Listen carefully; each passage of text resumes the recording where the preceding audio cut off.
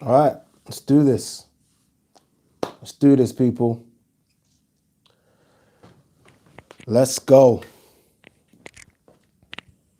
Let's go. Let's go. Let's rock and roll.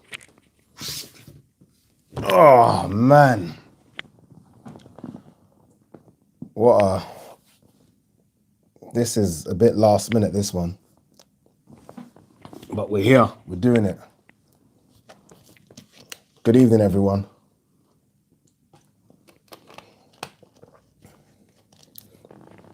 You know what? This is probably the last live that we use this mic. I don't know if you guys know the mic I'm using. Someone says water. Site H says water. What the fuck? Yeah, water boy. But this is the last. You guys know I'm using like a really cheap plug-in mic. It's called a Boya M1.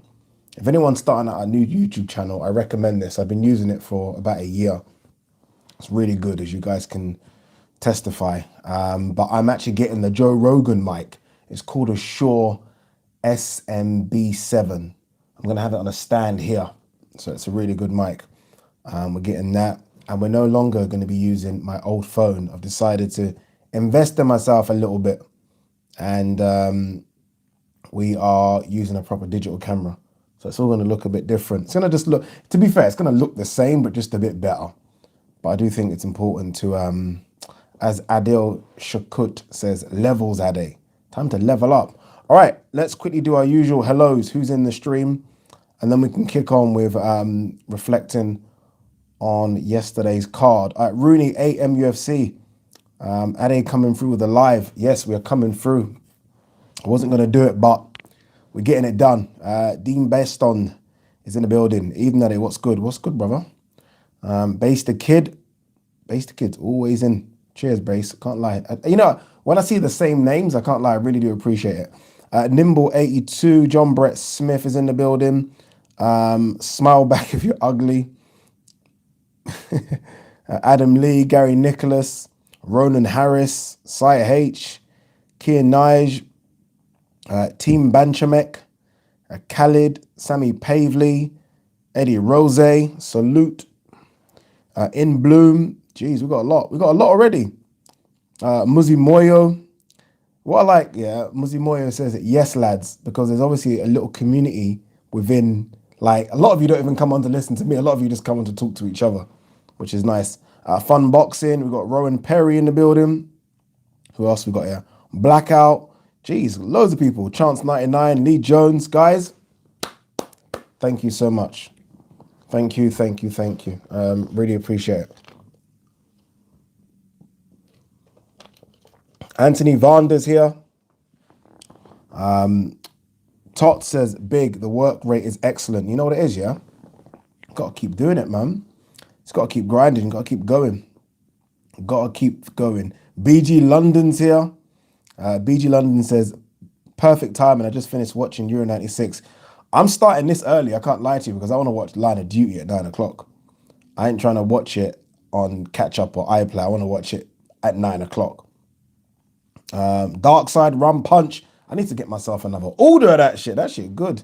Man like Ade. I actually got your email. You got out some new flavors, yeah? Guys, go and check out Dark Side Rum Punch. I can just tell you now, they sent me a couple bottles and that shit is good.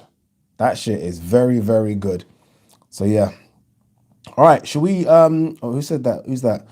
Tamid Uddin, hello from Romford. What's going on, Tam? Someone asked me, did I give Breaking Bad a try? I didn't. Can't lie, I didn't give it a try. Didn't give it a try. Smile back if you're ugly says you're gonna watch Scotland versus Israel at 7:45. Gee, you must be bored. You must be bored. If you're watching Scotland versus Ireland, you're either doing it because you got some Scottish or some Irish in you, or you're doing it for a job. Because no, even I should be watching that. I ain't watching that shit. No way. No way. All right. Should we talk? Where should we start? You know, let's start with Campbell Hatton and that debut, because it's got a lot of interesting heat for some reason. I'm very interested to see what you guys thinking about it, because I feel like it's some of the criticism or the critique has gone too far. It's only a debut. Just like, it's like, it's just his debut. I don't know what people had expected. Like someone did message me. I think I saw a comment saying, someone's asking about the BT card. We'll talk about that in a minute. Someone said they remember Teofimo Lopez's debut, and I get that. But I mean, come on, man. Come on. The hate is just crazy. It's just crazy. Base the Kid says Campbell Hatton is getting relegated end of the season. Joe Gill says just like Conor Benn, he will improve. Adil Shakut says learning on the job. Read a couple more out. Scott Arbuckle says Campbell Hatton debut, wanted to impress. However, for me, can't take too much away from the kid. It's difficult, isn't it? It's difficult, man. Like if that wasn't Ricky Hatton, if his surname wasn't Hatton, there's two ways to look at it. If his surname wasn't Hatton, he's not getting on the card. But if his surname wasn't Hatton, we're not critiquing him either. We're gonna like, oh, it's a kid on his debut. But because obviously he's got the Hatton link, and because he was so high up on the card, I mean, he was higher than fucking Congo Mickinson, and that was a British title, well, British level fight anyway. He's higher than that, so I think that's maybe the issue. Maybe in future they just kind of put him first on the card. Maybe that's what you do. You don't put him so high up. All the big build up as well. So much media during the week. It was far too much, far too much. In the end, I thought he was trying too hard. I mean, he'll look back and think that as well. Like he's just trying to load up too much in some of the punches. Tried to go for the body quite a lot. Wasn't really thinking about what he was doing. But again, it's your debut. It is your debut. Jordan Sue says Teofimo was an Olympian before. Very true. Leader Ball Guy says, you know how these armchair fans are. They can always do better. It's true. Someone said, okay, Kevin Kimpuma says he's fighting May 1st. Campbell is, so we'll see how he gets on. Yeah, we'll see. We'll see what he can do. And trust me, they're going to look at an opponent that is not as durable. I mean, again, that guy, yes, 10 defeats, as you guys know now. 10 defeats, but only been stopped once. I mean, maybe that wasn't the best matchmaking. You want to get a guy that, I mean, he gets hit and goes down. If I'm honest with you, you don't want a guy that literally is as durable as that. Not for your first fight. So maybe the matchmaking needs to be a bit smarter, because I think what they initially did was just look at, oh God, he's 10 losses, get him in with him, rather than kind of look at the defeats, maybe look at the fights. That guy was quite tough and durable. Sheehan, I'll just read a couple of what you guys are saying. David Gold says Bernard Hopkins lost his debut fight. I said that yesterday, but very difficult to compare, right? I said that, but I don't really want to, like, that's Bernard fucking Hopkins, innit? A lot of people asking about Wilder, Whyte. We're going to get to that. Trust me, there's a lot to unpack with who Dillian Whyte's going to fight next. Trust me, we are going to get to that.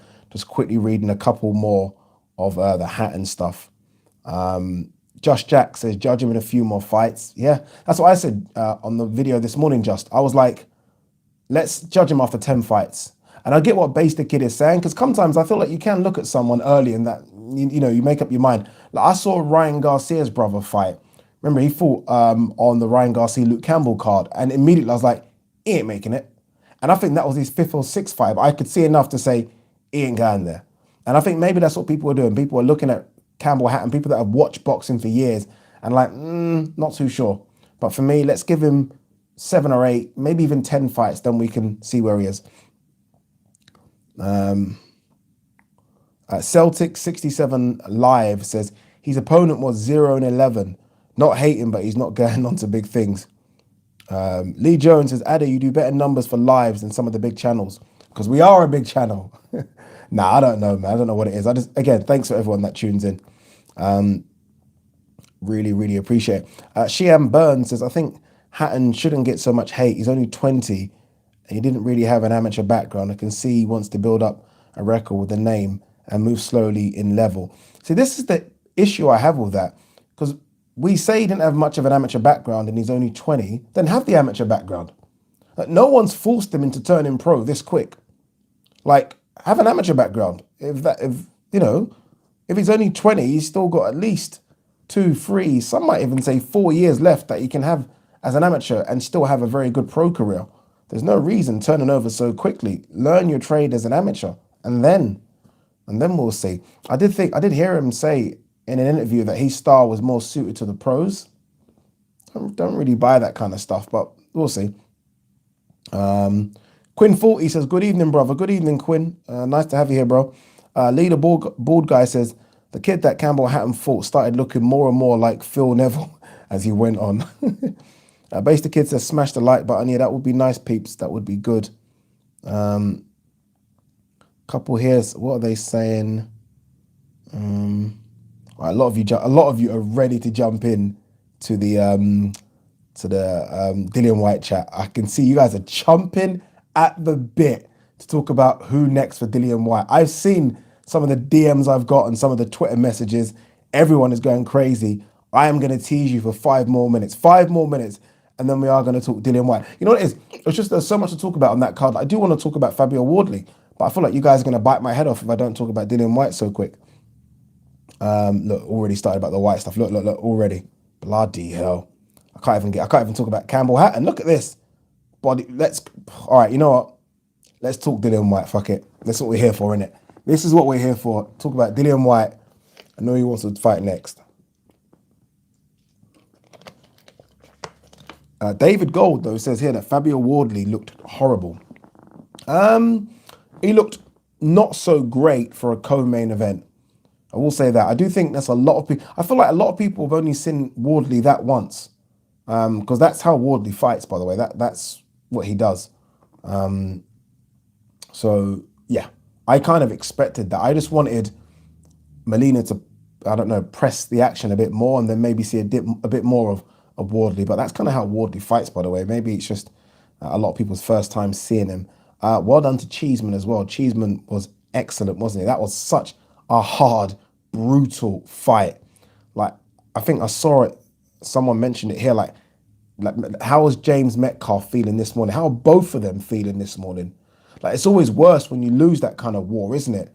I mean, Cheeseman's going to be feeling busted up as well, but because he won it, he's going to be feeling a lot better than JJ Metcalf, put it that way. But yeah, geez, that was awful.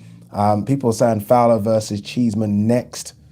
Yeah, but there's loads of guys. Go onto BoxRec and just go and look at the top 12 or 13 154 pounders in the country. I remove Liam Smith from that equation, but the rest are so closely matched, it's scary. So it could be Fowler, it could be anyone. There's that many good fights at 154. The thing about Fowler is that Fowler wants to try and separate himself from the British scene because he thinks he's above it now. He wants to go European. We'll see. We shall see. All right, Ian Hamilton's kicked all things off here, saying, I'll go bold and say that was Dillian Whyte's best performance. He has done everything the hard way, and absolute credit to him. Deserves a less harder fight, in my opinion. He does. The issue with a less harder fight is, does that person bring enough name value for not just for it to go on pay-per-view, but for it to make good numbers on pay-per-view so Dillian Whyte can get his usual check? This would have done good pay-per-view numbers because it was a revenge. The first fight would have done good pay-per-view numbers. Eddie Hearn's back garden, they sold it well. People are screaming for, I've seen the names Trevor Bryan come up a lot, who's obviously the WBA, regular heavyweight champion after beating Bermain Stavern. I'm not quite sure what's going on with Trevor Bryan and Manuel Charr, who was supposed to fight. Trevor Bryan is unbeaten. He hasn't really fought anyone, let's be honest, guys. But personally, I don't like that fight. I don't like it. I can understand why everyone wants Whyte to have a kind of an easier fight, right? I don't know, man. What's Whyte, 34? I think Whyte wants big fights. I think it's easy for us to say, give him an easy fight. I think Whyte wants to run to the fire. I don't think a Trevor Bryan gets Whyte up for it. I don't think he's excited for that. I'm not quite sure if that kind of ticks his box. I mean, if you offer him Trevor Bryan, Deontay Wilder, Ruiz, and all the other names, I'm thinking he goes Wilder, Ruiz. He wants that smoke. That's the problem. So it's almost going to be a case of holding him back. Some base the kid is saying Whyte is 32. Okay, 32. I don't know, man. Aside from, I don't know. All right, so base the kid has said here, Dillian Whyte's next 3 opponent, Trevor Bryan, Hughie Fury, and Deontay Wilder. He needs to only fight 2 opponents. Trevor Bryan, look, the Trevor Bryan fight can happen. I mean, Don King would love Don King would absolutely love Trevor Bryant to come over here and be a pay-per-view fight. He would absolutely love that. He would absolutely love it. And to be fair, if you are, again, I don't know what's going on with the Manuel Charles situation, but let's just say Trevor Bryant right now has put himself in a situation where he's ranked #1 with the WBA. If Dillian Whyte beats him, then Dillian Whyte's almost got two aces up his sleeve now. He's mandatory for the WBC, although they've not called mandatory, but they will, and it will be Dillian Whyte, and he'll be mandatory for the WBA. So he's literally sitting on 2 world title shots now. So that's AJ or Fury. So beating Trevor Bryant isn't a bad thing. I just don't know if that's the way they're going to go. Me personally, I would like literally pay anything to see him versus Andy Ruiz. I would literally, if Andy Ruiz can and he will get past Ariola and look good, and I expect him to because he's looking quite good. I don't know if you guys are subscribed to Andy Ruiz's YouTube channel, but he looks quite good in some of the stuff he's been doing. Andy Ruiz versus Dillian Whyte is pay-per-view over here, and it's massive. I think it's a massive pay-per-view, and I really, really like that fight. What's everyone saying here? Okay, Wesley Ekume said Dillian Whyte is 34. Can someone quickly check how old Dillian Whyte is? I thought he was 34 as well. I didn't think he was 32. Okay, no, someone's saying he's 32. Okay. Cy H says Ruiz has lost 40 pounds. I don't know about that. I'll need to see a scale. I'm not with the photo thing. I need to see him step on a scale and then I can see. But he does look a lot lighter. He does. Amandeep Jahal says PBC won't let it happen. Money talks.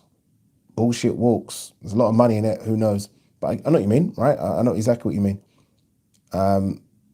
It's weird. Some of you, can someone just confirm? Andrew Hope says he's 34. Lewis Moore says he turns 33 in April. Legend J says he's 32. All right, he's in his 30s. Stephen Force says Dillian wants 3 fights in 2021. All right, so he's had 2 more left to go. So we're looking at what we really realistically, we're looking at August, September, and then end of the year. So it might be, and this is no disrespect to Trevor Bryant, but Trevor Bryant isn't that guy. It might be an easier fight, Trevor Bryant, August, and then a big one in the end of the year. Look, I'm not anti Trevor Bryant, but I do prefer the big boys of the division, if I'm honest with you. Just because, like, if you're there, why go that? Why do that? I don't understand. And I get it, easier fight, but this was an easy fight. So everyone's saying, oh, he deserves an easier fight. This was easy. This was an easy fight. Even, and this is going to sound stupid, prior to the knockdown against Povetkin in the first fight, look, Povetkin's getting some good work in. It wasn't a tough fight. Obviously, the knockdown made it really tough and brutal. But it wasn't a tough fight. But this was an easy night to work for Dillian Whyte. You wouldn't even know that Dillian Whyte had a fight. It was that easy for him. So it's not like he's coming off a brutal fight where you need to rest and go easy. It was easy. Camp was a bit tough because camps were back-to-back, but the fight was easy for him. Dillian Whyte can go. G-Man Boxing in the building. So big up, bro. Smash the like button, lads. Smash the like button, man. If G-Man says smash the like button, smash the like button. Help me out. All right, let's read some of your stuff. Scott Arbuckle says, how many buys would Whyte Bryant do in the UK? That's why Herm wants that fight on DAZN in America. I don't even think it does anything in America. It's CRB in here. He'll tell us. That fight, like, let's not pretend that Trevor Bryant's a name in America. That fight ain't doing diddly squat in America. Trevor Bryant versus Dillian Whyte in America. Mate, a man and a dog might not turn up for that one. It's got to be over here. It's got to be. With regards to how many buys would it do in the UK, Dillian Whyte always sells a fight quite well, to be honest with you. It might not do massive numbers. It might not touch 400,000, but it will do decent. 200,000, 250 maybe. It's Dillian Whyte. He can sell a fight quite well.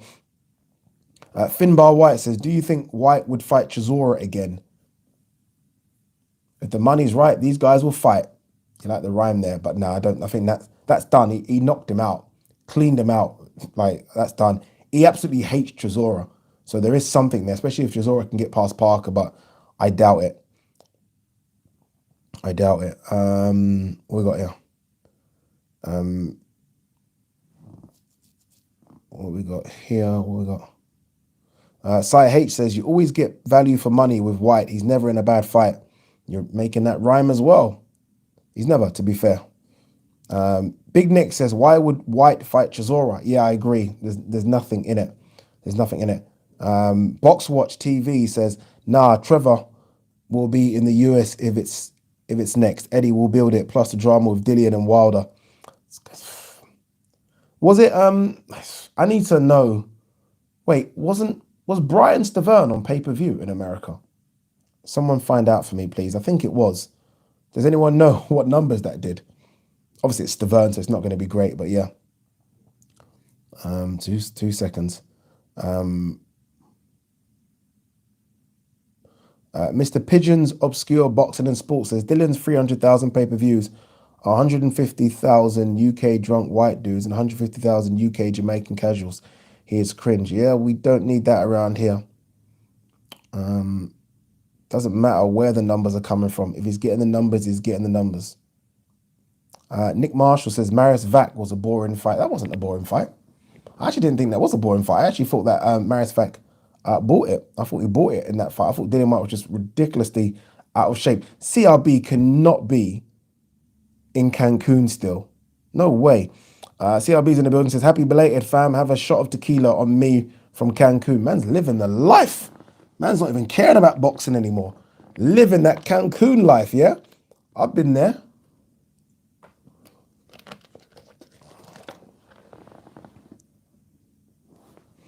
Khalid says, Frank shoulder rolled into death soon. Hutchinson and Eddington KO'd. I know, but look, yeah. Frank's long in the tooth, you know. Frank is 30 years. Is it 30 or 40 years in this game? Frank will be okay, trust me. Prav says, I don't think Povetkin took his steads this time round. No, he definitely didn't, did he? To be fair. I would actually normally say that's harsh, but he has got a history of steroids, so you are correct. He definitely wasn't on the juice in this fight. What are we talking about? Sammy Pavley says, I think Whyte Ruiz is an absolute war. Both have slow feet. It'd be an absolute toe-to-toe war. I'll tell you this, though. I'll tell you this about Ruiz and his so-called slow feet. Ruiz knows how to close the distance so quick, it's scary. I don't know how he does it, because you're right, his feet aren't as slow as you think, but his hands are really fast. And he'll close the distance on Dillian Whyte very, very quick. I actually don't think it's a good matchup for Dillian Whyte. I don't know why. I mean, look, this is why I want to see it, because I think they're both a problem for each other. But I think Ruiz will close the gap on Dillian Whyte. And once he gets in with those fast hands, geez, those hands are fast. Those hands are really fast. So it'll be an interesting one. And you can always close the gap on Dillian Whyte. Always close the gap, because Dillian Whyte doesn't have good foot movement to kind of get away. What he normally does is either put his hands out to try and hold you quickly, or just try and rough you up. But he doesn't know how to close. Dillian Whyte doesn't know how to get out of range very well, I don't think. Even if you saw yesterday, he was off balance a couple of times yesterday. Both him and Povetkin were, to be fair. There's a couple of times where Dillian Whyte tried to get out of range and kind of stumbled off balance. He's not very good at that. He's good at a lot of things. I mean, I'm not dissing him. This is a guy who's a top 4, top 5 heavyweight in the world. Some might have him as number 3. I don't know where you got in your rankings, but there are so many things that I think he still lacks. But he's very, very good. Base the Kid said, I just missed it. Shit. I think he said Povetkin was injured. You could see that. It wasn't hard to tell. He did look like his legs weren't under him properly.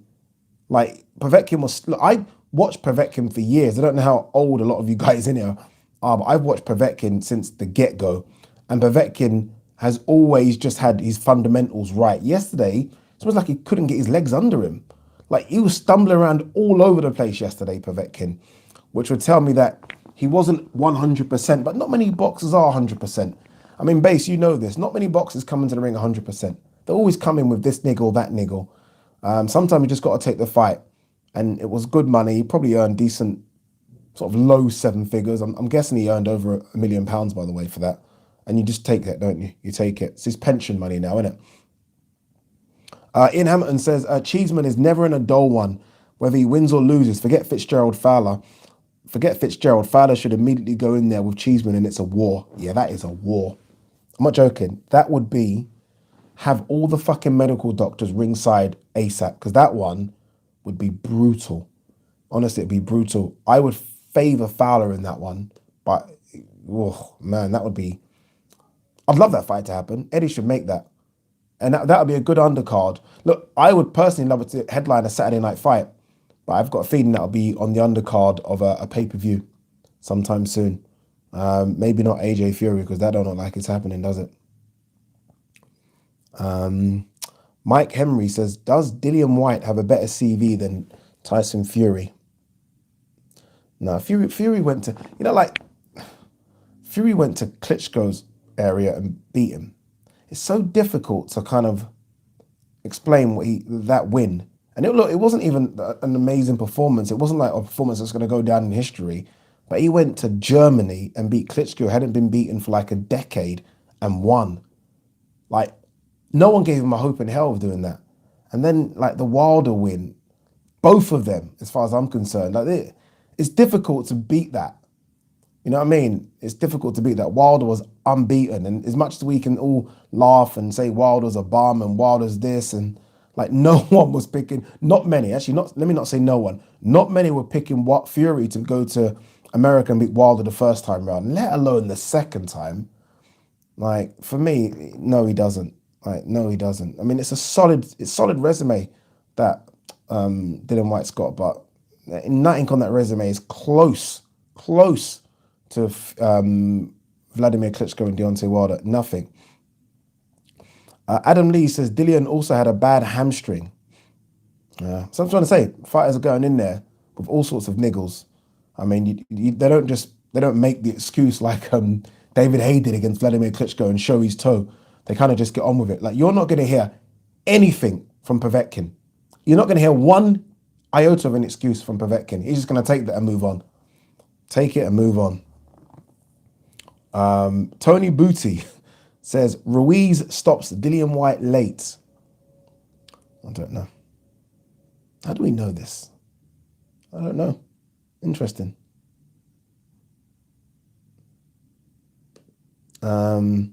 Quinn 40 says, just went to Andy Ruiz's YouTube page. He's actually looking quite good. He does look in similar shape to those pics I've seen. Yeah, he actually does look in good shape. I have to admit, I've seen it as well. And I'm like, okay, Andy Ruiz looks like he's getting in shape. And I've said that, how can you be in a camp with Canelo? Who else is in that camp against? Oscar Valdez, Ryan Garcia, and obviously Reynoso looking over things, and you not get in shape.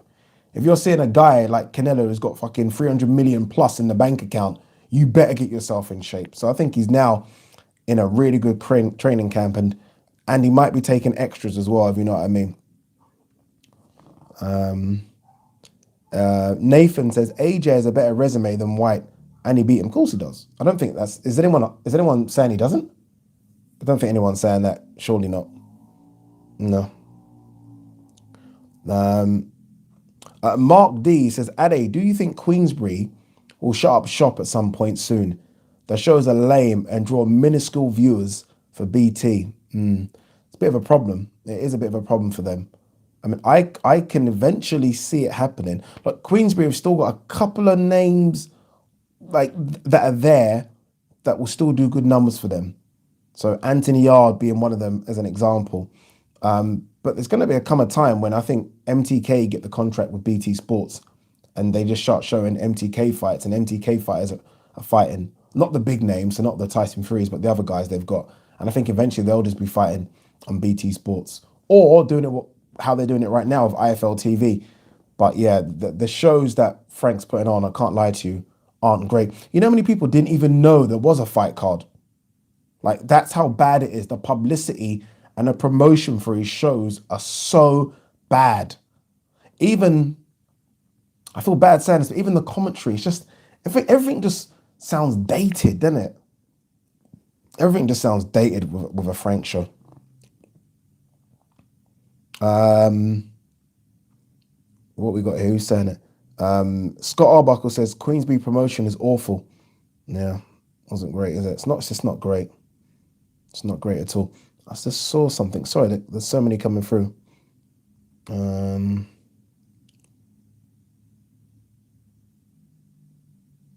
2 secs. Ian Hamilton says, "Come on, Addy, you seriously taking John's Fury as gospel? I wouldn't trust that man to give direction to the next town, let alone info on the biggest fight in the world. Come on, bro. I ain't taking him. I don't necessarily believe what John Fury's saying. I'm just like, why are we not hearing more about the fight? All this talk about site fee. I just bloody announced the fight, man. I don't know, man. I'm not quite sure. You know what it is? To be fair, as much as I want it to happen, and I bloody want it to happen, like, I wouldn't mind right now if they do Fury versus Dillian Whyte and AJ fights Usyk. Like, I just want to see some bloody good boxing, if I'm honest with you, because it's just stalling too much. Tango Alpha Zulu says, Addy, your thoughts on JJ Metcalf's loss to Cheeseman? I'll tell you this. Look, he's going to be so upset with his performance, but man, that guy had a gut check and came through it. That third round, where Cheeseman is literally throwing bomb after bomb, Cheeseman lands about 13 unanswered big right hands. How JJ Metcalf survived that and then survived the next round and then went on to really rock Cheeseman in the 7th, he can be proud of that performance. He's going to be gutted because his unbeaten record has gone. But I said in the lead up to this fight, like, he had one fight in 2020 against a guy that had, I think, double-digit losses. I think it was something like 30 or 40 losses. So he's not had a serious high-level fight since 2019. And he's going in there against Ted Cheeseman, that's a level above anyway. Yeah, it was always going to be a difficult night for him. Always going to be a difficult night. But he'll come again. A long rest, though, and then come again right at the end of 2021. Right at the end of it. What we got here? Nathan said Metcalf showed great chin and heart. Yeah, he did. He did. I was just very happy when the referee, when it was stopped, because Ian John Lewis looked like he was going to try and let that guy continue if he got up. That would have been horrible. The Boxing Mouth says Wilder ends Whyte. I believe so too. I have to be honest with you. I know some people are not going to be happy to hear that. I believe so too. I believe that Wilder will put Dillian Whyte to sleep. Like, so I genuinely believe it.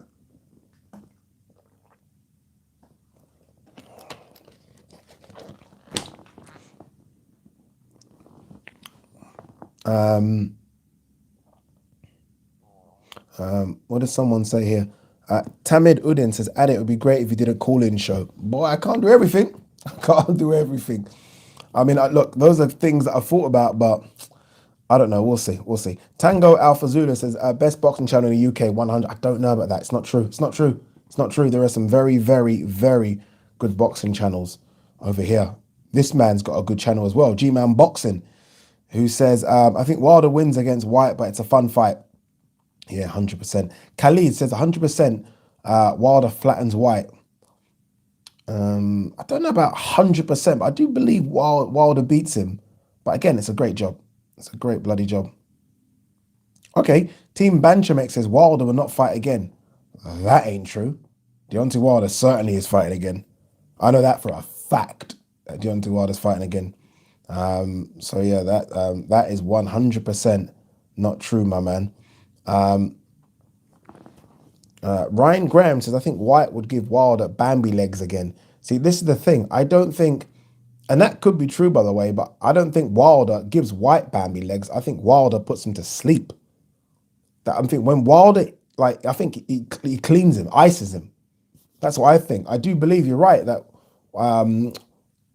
Whyte could, like, give Wilder Bambi legs, but I think Wilder is actually quite fast as well. You know, his hands, like, his trigger when he pulls that right hand is actually quite fast. And Dillian Whyte isn't difficult to catch. But hey, we'll see. Sheehan Burns says, Addy, what do you think if Whyte fought Takam or Martin next? Don't mind that. Don't mind Charles Martin. I'm not a fan of the Takam one. Charles Martin one, I don't know. What do people think? Do you think is Charles Martin bigger than Trevor Bryan? Although Bryan's got the WBA regular crap, I somehow have Charles Martin in my head above Trevor Bryan. I think Charles Martin would beat Trevor Bryan I could be the only one here. Maybe I'm speaking out of tone here. What do you guys think? Mark D says, Ade, do you think Eddie will be able to create a UFC of boxing like he plans to, regardless, I'm calling it Hearn to be a billionaire by 2030. No chance. No way. No way. Look, Al Heyman tried this. Al Heyman openly said he was trying this with PBC. I don't know if you guys remember when 5 years ago, he literally was signing everyone. And no one was like, who's this Al Heyman guy signing everyone? He wanted to do it. It's just it's impossible. There's too many big named fighters on different platforms and he can't get them. He tried already when he first kind of entered the US market. I do think he'll do a better job now, but when he first tried to enter and sign all these people up to the zone, who came? Devin Haney? Like, you know what I mean? He tried to get the Charlos door shut. I mean, there was talk about Furman, nothing. There was talk about Pacquiao, nothing. You know, there was talk about Broner, nothing. Couldn't get them. Do I think he's in a better position now? Yeah, I think he's a bit more powerful than he was 2 years ago, but he ain't doing no UFC, like, no chance. Boxing just isn't like that, unfortunately. Quinn 40 says, I don't think this has been mentioned yet. The UFC now has 3 African champions, and Ngannou was so composed last night and can now wrestle. Yeah, massive win for Francis Ngannou. I don't know if you guys are MMA fans, but UFC heavyweight is Francis Ngannou. He's from Cameroon. The other champions, African champions, are Kamaru Usman, a welterweight, and Israel Adesanya, a middleweight. So yeah, out of the 8 weight classes, I think is it 8? UFC, Africa has 3, which is very, very impressive. They need to do an African UFC event. We'll see. Lee the bald guy says Wilder's too fast for Whyte. Fury is mobile and made it look easy. If you're there to be hit, it's trouble. Agreed. Couldn't agree more, my man. Couldn't agree more. Nathan says Kamari was good, yeah? Nice little boxer. Yes, he was. Yes, he was very, very good. He fought, was it Kane Baker? And I thought he looked fantastic. Literally, that's probably my first time really watching him. Like, I've seen him on highlights, but really watching him for the whole fight without trying to skip through. Like, I don't see what he can't do. I mean, he's been calling out a lot of kids at Super Feather, but I don't know, man. He's one to watch out for. He's only had like 12, 13 fights. Let's see what he does in his next 2 or 3. But, I mean, that guy was comfortable fighting inside. At range, he was comfortable. Looked the much bigger of the two. And that was strange because Kane Baker has actually fought at a higher weight class before and has come down from lightweight, but he looked a lot bigger than Kane Baker, I thought. And his combinations were really good. Like, I tweeted, and I mentioned this, I think, on the video this morning. I tweeted, like, after the first round, like, this guy's got gears. Like, he literally has every single answer for what Kane Baker was trying to do. Solid performance. We'll see what happens next. Now, Base the Kid saying, Ade, StreamYard. Yeah, because StreamYard allows you to get guys into the calls, right? Yeah, guys, can I be honest with you? There's a lot going on behind the scenes that I'm trying to do. A lot. Yeah. It's coming. It's coming.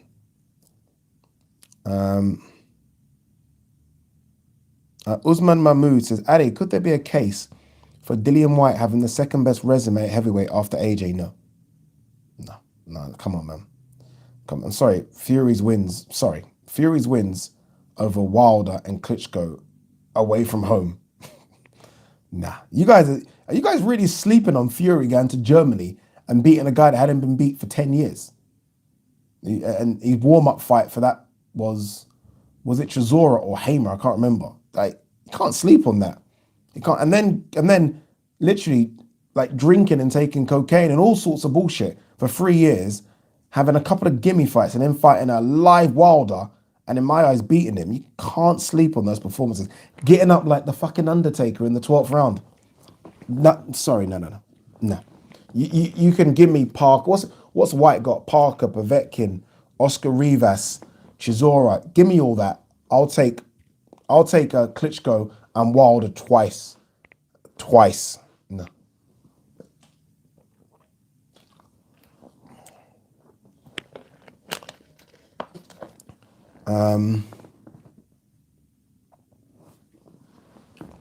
Base the Kid says Whyte has the better resume. Fury has better wins. You have to look at the total body of work. No.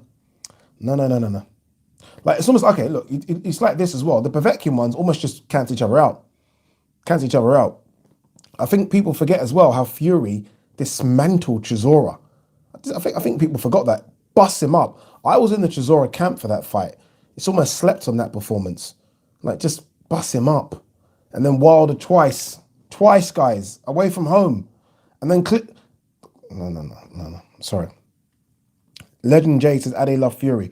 No, Ade loves when someone goes to someone's backyard. You know, there's so much talk about fighters traveling nowadays. We hear it so much, like, I'm not going to go to this backyard. I'm not going to go to that backyard. When someone does go to the backyard, that gives me extra points. You're getting extra points because fighters don't travel. It's a thing. We might think it's not a thing, but it's a thing. Fighters do not travel, or they don't like to anyway. When man goes to someone's backyard and beats them, you can't sleep on that. It's huge. You can't sleep on that. What's that got? 2 seconds.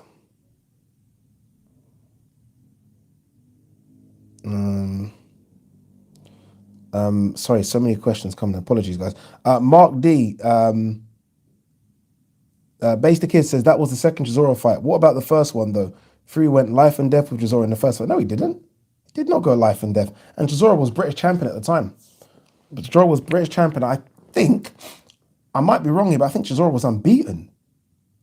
I think that might have been Trezora's first loss, which is obviously a bit different. But though they were both English, but Fury was definitely English level at the time, and Trezora was British level. It was literally a low level fight. But the second time when they met, levels, gears. Come on. I just missed something here. Mark D. Ade, did you see the David Adelaide fight? I called it on BT this morning. What an embarrassing matchup. Also completely pointless for David. Yeah, I said this. I mean, he's fighting a guy on his debut. To be fair, David Adelaide, that was only his 5th fight as well. But yeah, dodgy matchmaking. I need to know who the matchmaker is for Queensberry. I'd like to see who it is because some of it is a bit dodgy. Charlie Waring says, what were you doing in Trezora's camp? Filming. So me and Ryan, that I used to do a show with called Box Talk, we went there to film, interview Don Charles, interview Trezora, interview a couple of other people in the camp as well. So we were actually there for the duration of the camp. So that fight, the second Trezora Fury fight, was actually cancelled. And then it started again. So we was watching his strength and conditioning. It was really good. I saw Trezora spar a young Daniel Dubois.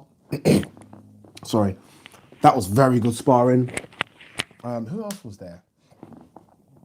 I'm trying to think, was Dillian Whyte there for sparring? Because, you know, Don Charles looked after Dillian Whyte for a little while. Dillian Whyte might have been there. I can't 100% say that. But I definitely saw Dubois Trezora spar, which was very interesting.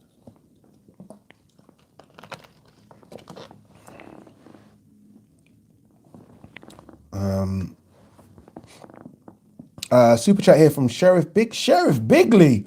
I ain't heard your name for ages. 1787. Hi Ade, love the lives. Totally off topic question. Do you know what's happened to Seconds Out Radio Raheem? Last scene he was rubbing shoulders with Kanye West and Dave Chappelle. Hashtag till this day. Till this day. Yeah, I think he's doing that. That's always what he did, right? That was his background. That's why, remember, he went on the Joe Rogan podcast.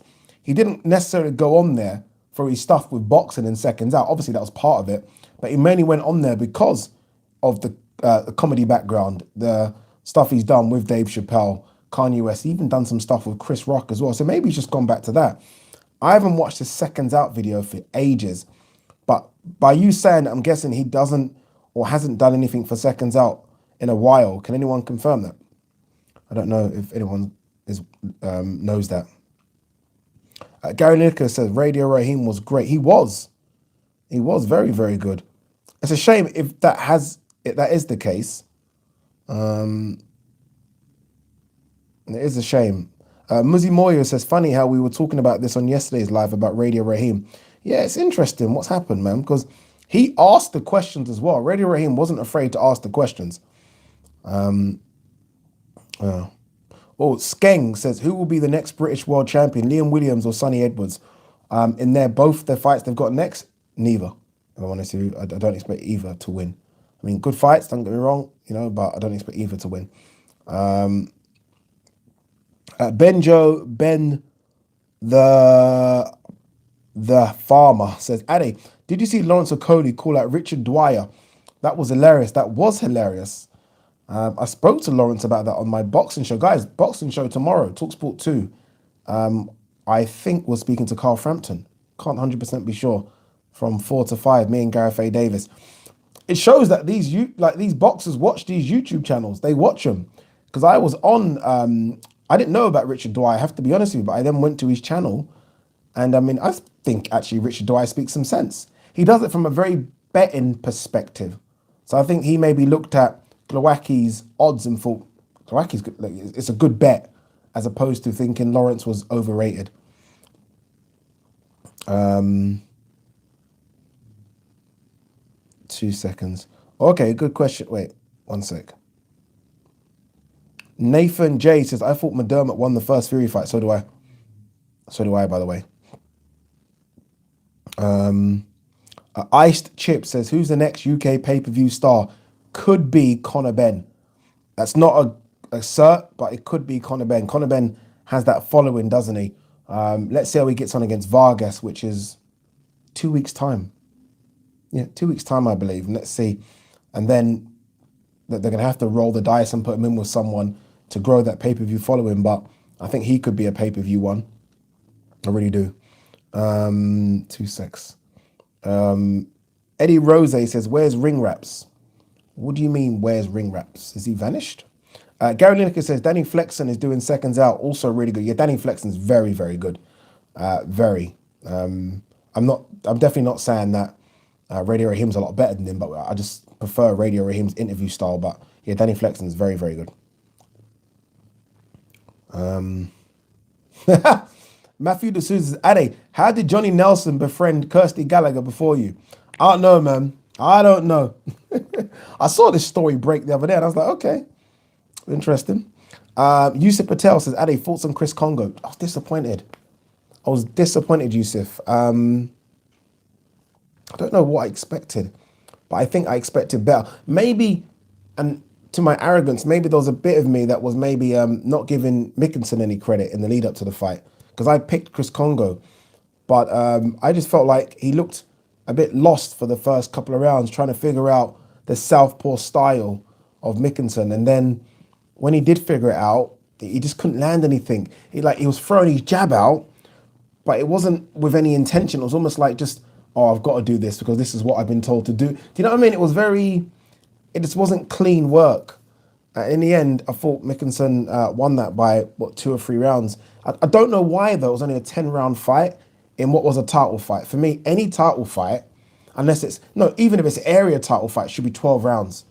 I mean, I don't put too much stock into the global title, whether it was a WBO global title, but it should be 12 rounds because I thought Mickinson was getting tired, and I thought Chris Congo, if it was a couple more rounds, might have sneaked a win or maybe even got a draw. But you're disappointing for him. You lose your O. That's how you're going to come back from it. Juan Skinner says, why isn't Lee McGregor getting credit? Is he not getting credit? I thought he got a lot of credit for his win. But you know what it is? Unfortunately, you know what it is. If you're not with the biggest promoter in the country, if you're not on Sky, if you're not, then you may be being missed by the casuals. But I think a lot of the hardcore fan base and a lot of people that I know in boxing gave him a lot of credit. I mean, I was talking to Rob Tebbett about Lee McGregor, and like a lot of people are high on Lee McGregor. I mean, I tell you who I'm really high on, Dennis McCann. Really high on him. You know, when we say, okay, that what's Frank got left in terms of Frank Stable being a bit thin, Dennis McCann's one to watch because he looks a bit special. I think he's a bantamweight or super bantam. He's really good. Leader Bald Guy says, F.A. Jagba has a fight coming up soon. Be interested to see how he gets on. Looks like he has something there, just extremely raw. Bit of a decent guide in him, and he could be decent. Yeah, you know what? He got put down in one of his fights. It might have been 2 or 3 fights ago. Razvan Kajnu, I think, put him down. 1 second. I think it was Kajnu. It might not have been. 2 secs. I just want to... Who did he fight? Yeah, I think it was. It was either Razvan Kajnu, or this Iago Kilitsa. someone put him down, and I think they then decided to kind of ease on the reins a bit, because they're not too sure about him. But let's see what he does. Yeah, I like him. Hey, Addy, what three questions, this is from Finbar Whyte, would you ask Wilder if you interviewed him? Keep smiling, my friend. We got to talk about the excuses, but I'd ask that from a very safe distance. We got to talk about the excuses from a very, very safe distance. Because Wilder looks like he's got one hell of a temper, boy. Yeah, we got to ask about that. But Wilder's got a very good backstory that I don't think's been told. A very sad backstory as well about why he even got into boxing. And I think that needs to be told as well. Because it's very interesting. Someone did say in the comment section that Wilder won't fight again. And he does remind me of someone that doesn't really like boxing. It's almost a case of it's something he had to do to put food and money on the table. And I do wonder what his mindset's like. But yeah, I just want to ask him about that fight and how he dealt with the demons, because he looked like he took that loss very, very bad. So it's more trying to get some emotion out of him. So not all the shit we see for the cameras, but just get, and I think that's an interviewer skill, just getting emotion out of someone. Like, some of these boxers have got so many good backstories that no one knows. What we got here? 2 secs. Oh shit, is this true? Darrell Carter says, I'm hearing Denzel Bentley left Frank Warren. Oh God. I don't know, man. Dan Edwards said, still want Yard versus Boatsi. Could be a really good British dust-up. Yeah, that Yard needs to move and needs to move quick. I think his stock has dropped a lot since that Lyndon Arthur fight. I don't even know what's going on. Has there been any talk about a rematch? There was some whispers about Yard with Matchroom, wasn't there? About a month ago. I think I even made a video about it. I'm not quite sure what's happening. But yeah, he needs to move. And so does Boatsi as well, Boatsi needs to get a move on as well. Like, how confident are they with Boatsi? Obviously, it's gone to Virgil Hunter now. And I heard Eddie say they're going to have kind of a warm-up fight and then they're going to have a big fight. I mean, they're chucking in Craig Richards with Dimitri Bivol. What about Boatsi? What's going on with Boatsi? I do think that Lawrence Okoli winning a world title for Boatsi is going to motivate Boatsi big time. But we'll see.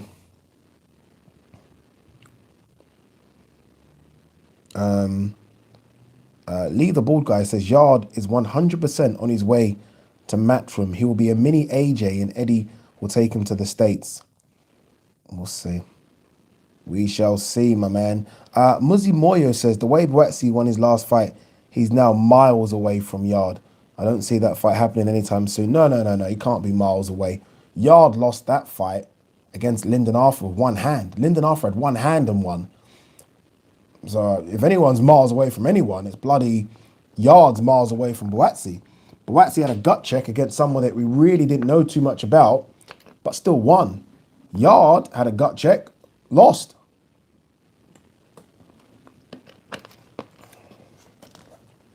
Finbar Whyte says, Wilder reminds me of George Foreman after the Ali fight. No, that's disrespectful to George Foreman. I mean, like Wilder's excuses, my man, were just nothing. Nothing's going to beat that. This is a good one. Tony Booty says, Nick Webb versus Babbage, who wins? I said, you must have watched my video this morning. I said that's a fight that I think they might do. Nick Webb versus Babbage. And some people were like, no. I was like, well, who's Babbage fought? Babbage fought Tom Little, didn't he, last time out of the fight before? So we know, like, Babbage is not like Babbage has moved to like this incredible level. I will say this though, Nick Webb is so much bigger than Babbage. Like, Babbage will be given something like maybe 3 stone away. That's a scary fight for Babbage. But Babbage, being the savage, will take that fight. But that's not easy. That is not easy. Amandeep Johal says Yard needs to ditch Tunde.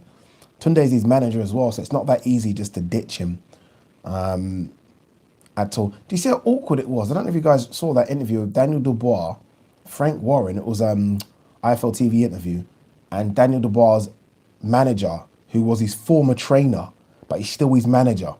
It was so strange and weird. But yeah, going back to it, Tunde is his manager, so it won't be that easy. I don't think you need to ditch a Tunde at all. I just think you maybe need to add someone else to the camp, just another voice.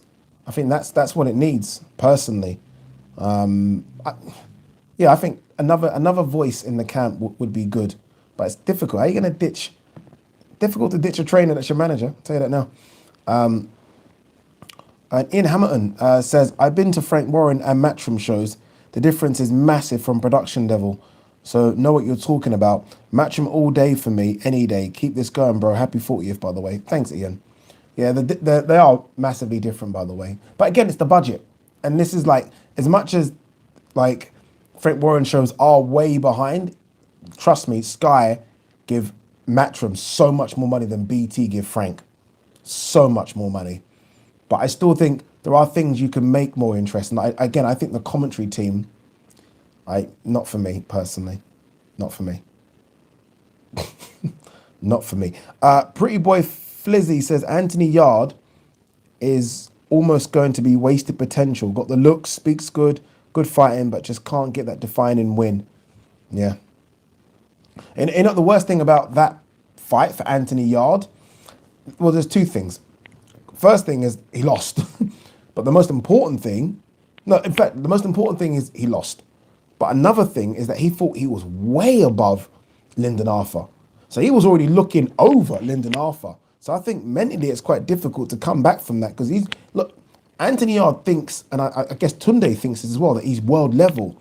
So when you're getting beat at British level by a guy with one arm, and he did have one arm, then that's going to mess you up psychologically. So they've got to get in there with Lyndon Arthur and stop him. They've got to go in there and then you erase that defeat. But yeah, I thought it was a really bad performance.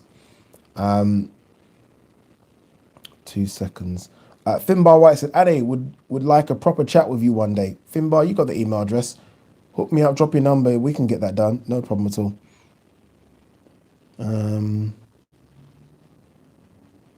IA says, BT need to bring back no filter boxing.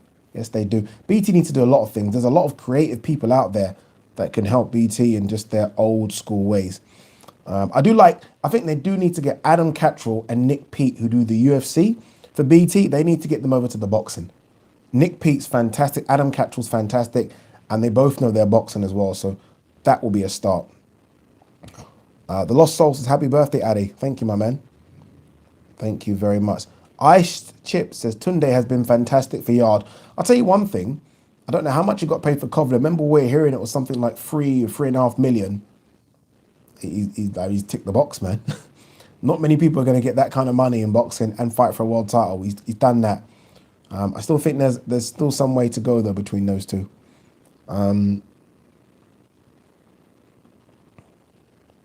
Cy H says, I've seen videos of Yard training and he has a posse of hangers-on, probably telling him he's way better than he is.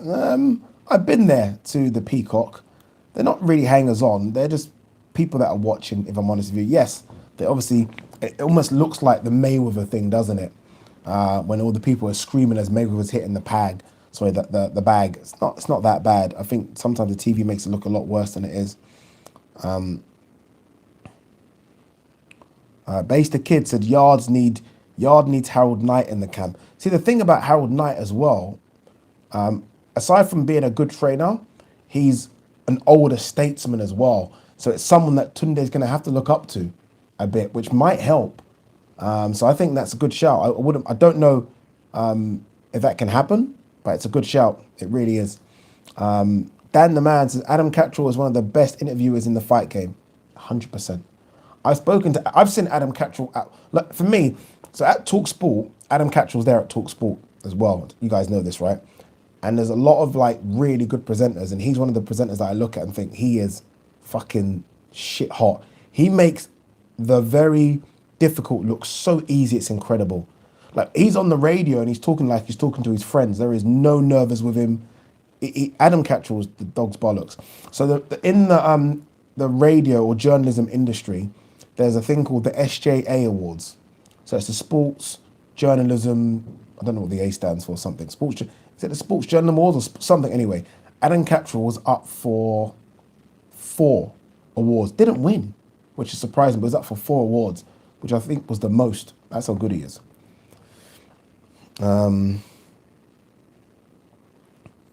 Okay, Stephen Ford says, out of my depth here, Shane McGuigan for yard. Yeah, certainly out of your depth. That's a good one. I like that. It's a good one. Anthony Vander says, Tunde is a great hype man, but not sure as a trainer. Get yard in that Canelo camp. I've always said things like that, and I don't mean to be rude to any of the trainers out there. If I'm like Anthony Yard or anyone coming up, I want to be in the best camp possible. So I would literally beg Canelo to be in that camp. I would literally beg to be in the Spence and Charlo camp. I would like literally, these are the camps that I want to be in. Like 100%. It's like when what's his name again? Amir Khan got iced by Bradis Prescott. What he went straight to Freddie Roach's camp. Like, all right, we're moving camp. Like, you know, this ain't working.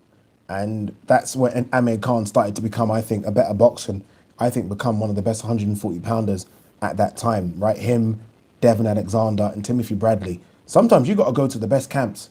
Go to the best camp. And Amir Khan went to Freddie Roach's camp. And who was he with? Manny Pacquiao. Go to the best camp. What we got?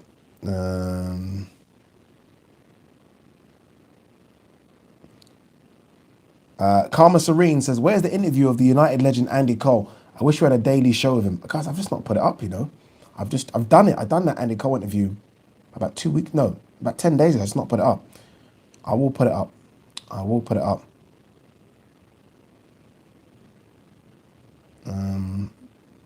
What we got here? Okay, cool. This is interesting. We haven't spoke about this. We haven't spoken about this at all. Titus Augustus says, people saying Molina dived versus Wardley.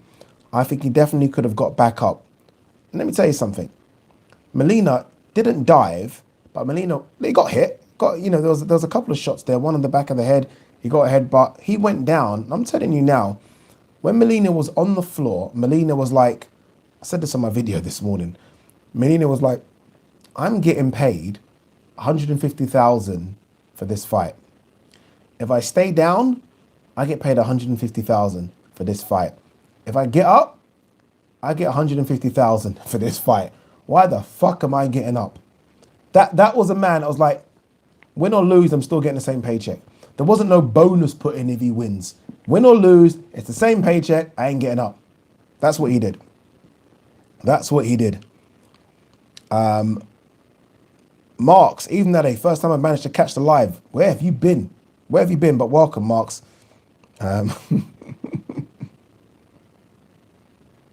Vlog Moment says, Ade, Dillian showed good recovery. Rewatched the fight with Povetkin, and in some wild exchange, Povetkin did land, and Dillian took it. Well, yeah, he did. Povetkin did land some good ones, but nothing was stopping Dillian Whyte yesterday. That man looked like a man possessed yesterday. A man possessed. Lee the Bald Guy, random but boxing linked due to Lyndon Arthur. But are you a Bugsy Malone fan? If so, looking forward to his new album coming out. I'm not really Bugsy, you know. I'm not really Bugsy. When Bugsy had that little beef with Chip, I was definitely Chip because I'm from London. But yeah, Bugsy's got some tracks. Bugsy got some tracks. Stefan Broom's in the building. What's good, Ade? What's good, brother? What is good? Pretty Boy Flizzy says, I want to see Hunter versus Whyte, to be honest, if we don't see Wilder versus Whyte.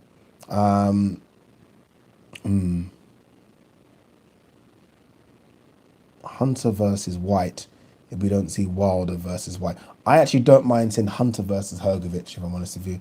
That one looks like it's done, doesn't it? Looks like it's about to be signed. Eddie Hearns and he's reaching out to Hunter to get it done. We'll see, but it looks like it's going to be done. I don't mind that. Vlog Moment says, Ade, please ask Sky to do a Twitter poll to have you on a round table with David Hay, Paulie and Froch and Bellew talking about AJ versus Fury. That's what I'm saying. Those are the kind of things I want to do. Those are the kind of things I want to do, man. Yeah, we'll see. Don't forget to hit the like button, please, peeps. What we got here?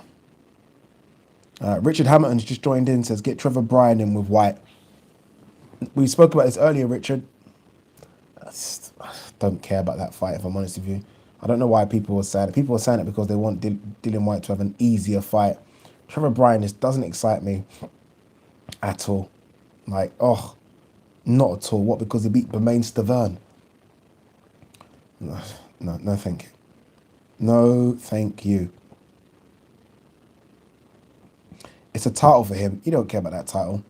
Did you not see yesterday when the ref gave him the title and he went over to Eddie Hearn and was like, what's this? What is this? He doesn't care about that WBA regular title. Doesn't care about it at all. So I don't think he will care about that title, if I'm honest with you. Richard Hampton goes on to say, Dillian needs to think about his career first. But fair enough. Yeah, he does. But Dillian Whyte likes his money as well, boy. And I don't know. Base the kids, so Trevor Bryan's actually quite talented. He needs to get back into shape, though. Yeah, that's the thing, though. He is talented, but like if you can't if you can't come in shape for fights, it's difficult for me to take you seriously, if I'm honest with you. But he's decent, but no, he's unbeaten. Trevor Bryan is, by the way, people. So look, there's something there, but yeah, to me, his levels below the top guys. And Dillian Whyte right now, whether people love him or hate him, is a top guy. He's a top boxer. Danny Mandu says, has David Price retired? No. They're trying to line up David Price versus Hughie Fury for the summer. Stefan Broom says, would love to see Whyte versus Wilder, but don't see Wilder going near Whyte, to be honest. Clearly avoided him for years, and I don't see that changing, sadly. Imagine the build-up, Addy, and the press conferences. See this, when people say, like, a fighter avoiding a fighter, there's nothing in me, and I have to be very honest here, like, because obviously Wilder gets a lot of stick now. There's nothing in me that makes me think Deontay Wilder would avoid and be somehow fearful of Dillian Whyte. Nothing. I don't, like, nothing. I don't see it. And I could be wrong, by the way, but I don't see it. Is anyone else? I don't see it. I don't see how he's, in any way, would be somehow scared of him, or I just don't see it. Umar Razak says, yes, had a great show last night. Back at it tonight. Your grind is hard. 100. Thank you, brother. Thank you. What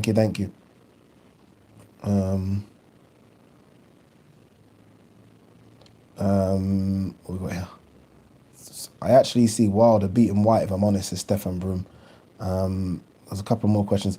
Baby Tocha says, Ade, what do you think of Crawford on Canelo, on the fact that he avoids black boxers? Well, he fought Danny Jacobs, unless Danny Jacobs is no longer black.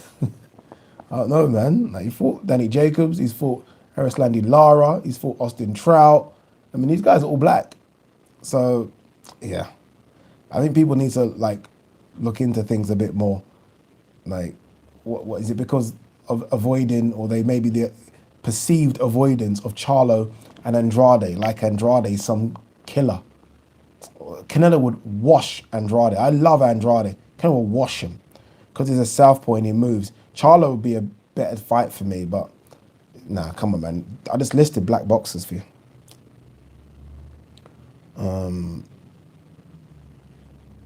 Oh shit, too many questions. Sorry guys, so many coming in.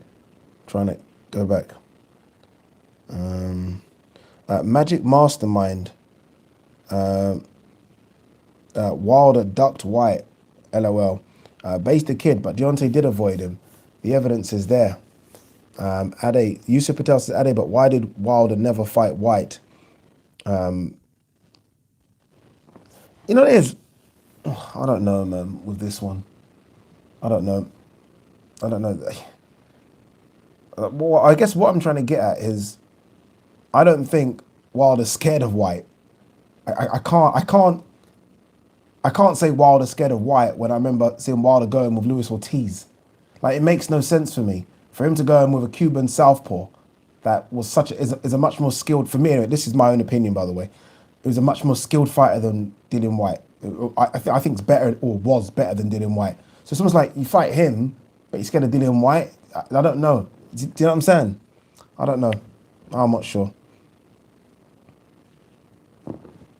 I don't know. DW23 says Ortiz old as fuck. Ortiz is old as fuck. Ortiz weren't old as fuck then.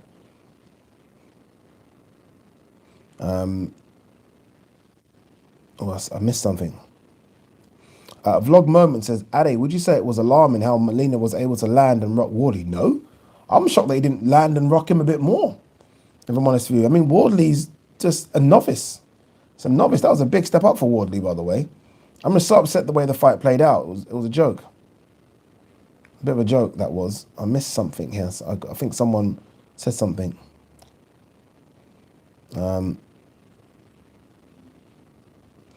Tins says Whyte turned down Ortiz for an eliminator. So is he scared of Ortiz? This is it. We can do this a lot. Like, I know, like, Dillian Whyte turned down Pulev for an eliminator for the IBF. Do you know what I mean? I'm not going to say Dillian Whyte's scared of Pulev. I mean, there's a lot of things that go into it, right? A lot of things.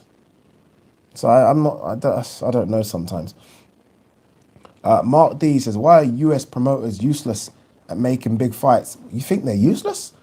I mean, the US gave me everything as a kid, as a teenager, as an adult. They've given me some great fights.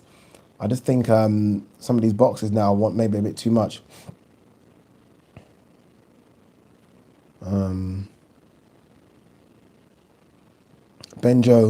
Ben the Farmer says, the answer is PBC. That's true. Tins said, no one is scared of anyone. They wouldn't be boxing in the first place. I just think there's so much more that goes into making these fights. I genuinely don't believe it's just a case of this fighter scared of that fight. There's so much bull crap that goes behind the scenes. And we know that. Come on. All you guys know that. Dan the Man says, honestly, if Molina tried to get in shape and wasn't looking for a way out, I reckon he could have beat Wardley. Yeah. I actually had a bet with someone that Molina would win because I thought he was going to come in shape, but then I saw him on the scales and was like, oh, here we go. Just gave the person the money before the fight even happened. We got Lee King Anos says, good evening, Ade. What is the time? All right, we have got another 15 minutes, people, before line of duty. You know what, yeah? Sorry, this is such a segue, but I do enjoy these conversations because we've got 15 minutes. I was arguing with someone about, are we still talking boxing? Let's kind of pause for a second. I was arguing with someone about Terminator, not Terminator 2, which I think is a really good film. But Terminator and Aliens as the best sci-fi film. Terminator or Aliens. You know, Aliens. Alien was phenomenally good. Aliens. And I said Terminator, they said Aliens. I'm just leaving it there. G-Man Boxing, Molina versus Malik Scott, Battle of the Hearts. The way Malik Scott just turned from I will never forgive him for that Wilder performance. But the way he just turned from a fighter to just a sparring partner to, I don't know what he does now. Someone that smokes cigars and drinks a lot of whiskey. Strange. Base the Kid said, Ngannou's power is frightening. He hits harder than Wilder and any other boxer out there. Yeah, I agree. His power is ferocious. Literally. And he's such a nice, kind guy. But yeah, like John Jones, please, I love you, John. Do not go up to heavyweight and fight this man. Do not do it. I don't want to see it. I don't want to see it. 2 seconds. Mark says, none of the so-called ducks that Dillian made weren't mandatories. That is a difference. I wouldn't say Wilder was scared, but he definitely didn't want that work. There's things that, okay, let me explain to you when I say there are things that we might not know. Okay, before AJ went to fight Ruiz, AJ and Dillian Whyte were going to get it on, right? Whyte turned the fight down because he didn't like the rematch clauses in the fight and all that other stuff. Whyte isn't scared of AJ, but Whyte turned out, so basically Whyte declined the fight, right? Didn't want it. That was his chance to fight 90,000. There were how many belts on the line? 3 or 4 belts on the line. He said, no, not doing it. because of there's something in the contract that I don't want to do it, blah. That's what I'm trying to say. So when I say there's things behind, now we only know about the reason he didn't want to do it because he told us. He said, I'm not fighting AJ, I don't want to do this fight because the terms and there's things in the contract that I don't like. I can't remember what exactly the terms were, but he was like, not doing it. Not doing it. I'm not gonna sit here and say Whyte was ducking AJ. He didn't want it, and I think he made a mistake by the way. He didn't want it because of the terms in the contract, and there was almost other stuff going on behind the scenes. That's what I'm trying to say. There's so much shit that goes on behind the scenes. That's it. Oh, Mark D said Aliens better than Terminator 1, you know. It's a big shout, blood. By the way, Terminator 2, yeah. Terminator 2 is possibly better than Terminator 1, but I just thought Terminator 1 was incredible. Predator film, yeah, Predator was really good. Get to the chopper. Oh, this is interesting. Vlog moments. Who does Caballel fight?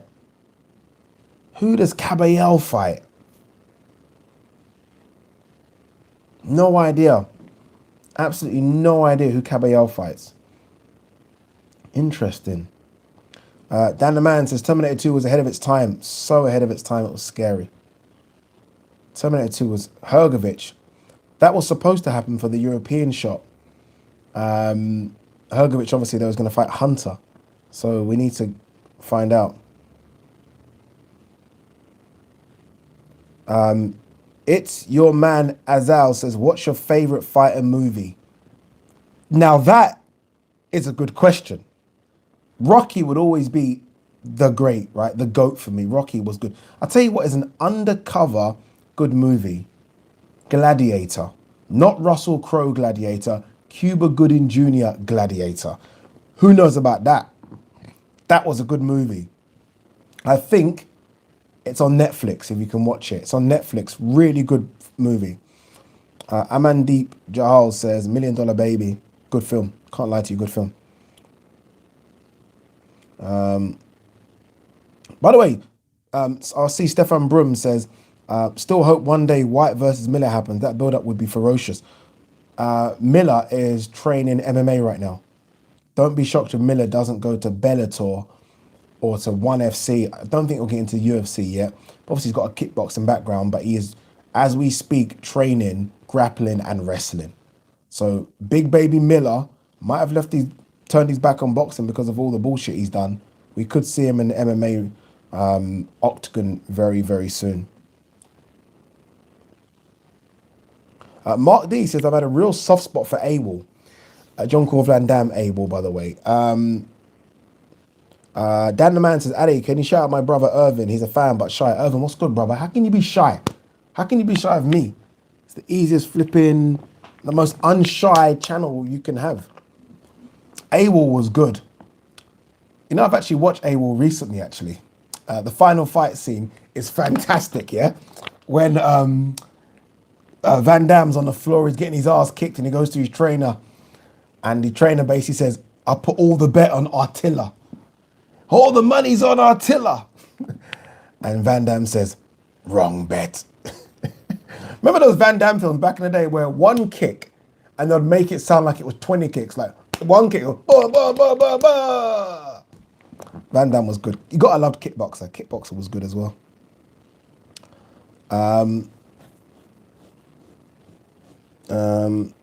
Finbar White says that's really underrated. Universal Soldier says Anthony Vanda. Dolph versus, that was a good underrated film. That was very good. They could do a remake. Is it too soon to do a remake of that? They could do a remake of that. That was really good. That was really, really good. Cinderella Man, Russell Crowe says Brad hates you. That was solid. Maxwell was about to get blocked because he said no retreat, no surrender. Behave. This one. Base the Kids, Terminator 2 Judgment Day, director's cut, is arguably the best film ever made. It's a big shout. But you know what it is about that film? You could watch it today and it won't look dated. It's a bit like The Matrix, which is what, 90... I think The Matrix is 97. which is incredible. I watched The Matrix the other day, and it just looks like it's now. It's incredible. But Terminator 2 was insane.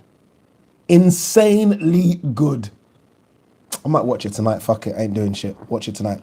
Little Noose, Bloodsport. Bloodsport was good, but when you watch it back, it was a bit naff, if I'm honest with you. Like, really bad. A lot of Van Damme films back then was really, really bad. I'll tell you a decent Van Damme film, which was a bit Cyborg. Cyborg underrated. Oh, someone just dropped a big one. Harry Hinsley, Fighter with Wahlberg. What a great film that was. Wahlberg, though, was the wrong cast. He shouldn't have got it. But yeah, that was good. That was a good one. Brian Newton, Enter the Dragon. Yeah. Solid. Solid. What other ones have we got? Base the Kid, Warrior. Yeah, Warrior's good. Oh, Maxwell, Boyka. It wasn't Boyka. Wasn't it called Undisputed or something? It wasn't Boyka, was it? But the fighting in that's it, Undisputed. Yeah. Good film.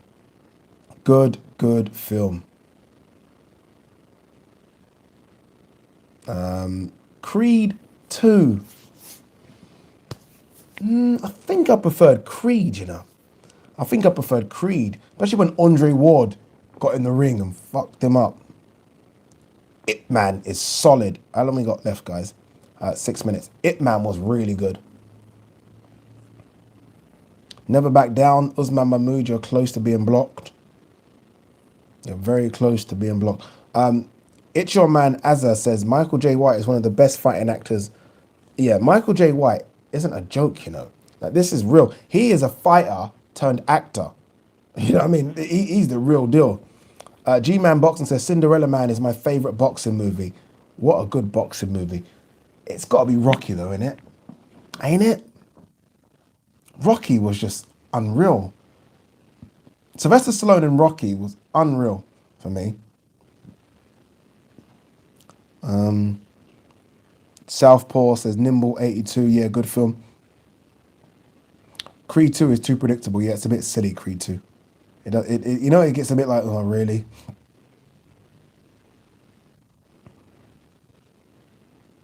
What we got? You know, it's funny, as much as I say Rocky, Rocky 4, just for Ivan Drago and the most cheesiest storylines of all time, but how good was Ivan Drago? He played that role so well. And Bridget Nelson as his wife, the Olympic swimmer. But it was so American, wasn't it? Like, oh, the American is doing it the hard way, lifting logs, and oh, the Russians are doping like fucking Americans don't dope. Oh, it makes me laugh. But I'll tell you now, we don't mention enough in the Rocky movies, Carl Weathers. Carl Weathers as Apollo Creed was fantastic in those movies. Really, really fantastic.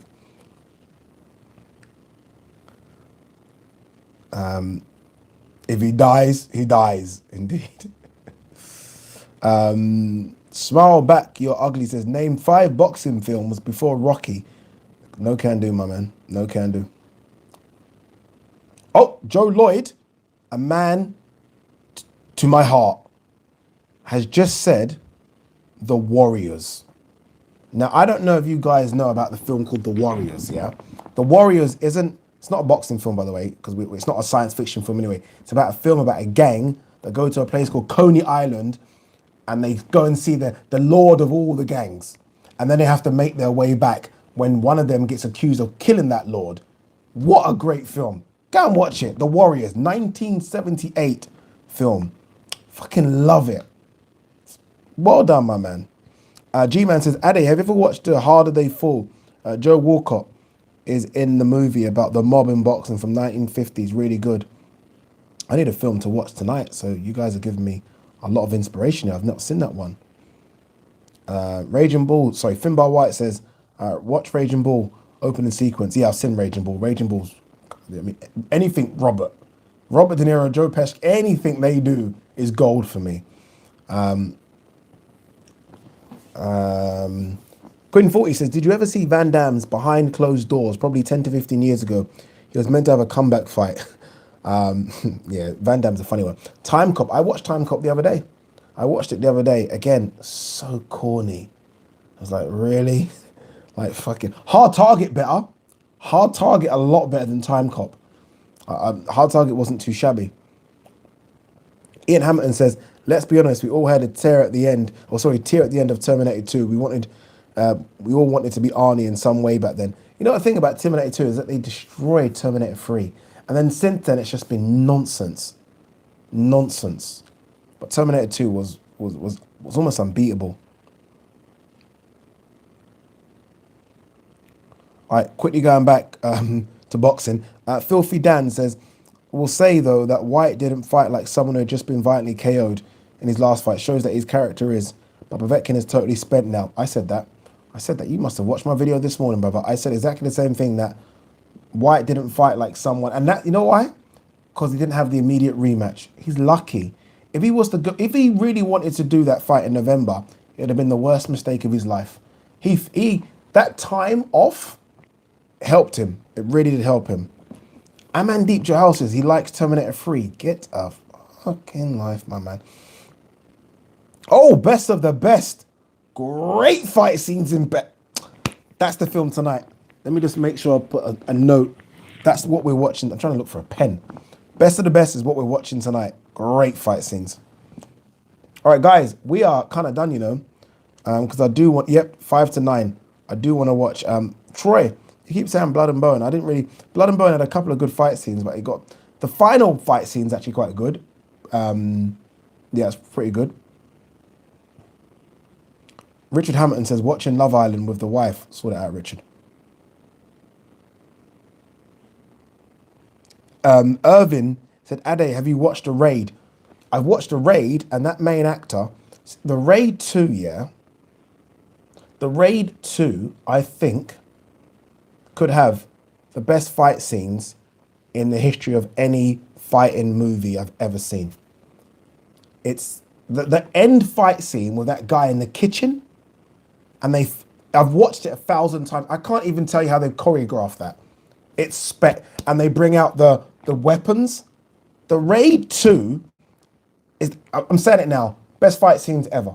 Ever. Nothing's going to beat it. I don't want to hear it. Nothing's going to beat it. Nothing's going to beat it. Kiss of the Dragon, Jet Li, good. Where he goes into that French police station and does some damage. Guys, all right, I'm going to go and watch what I need to watch. I'm going to love you guys and leave you. Peace. Stay safe. Adios.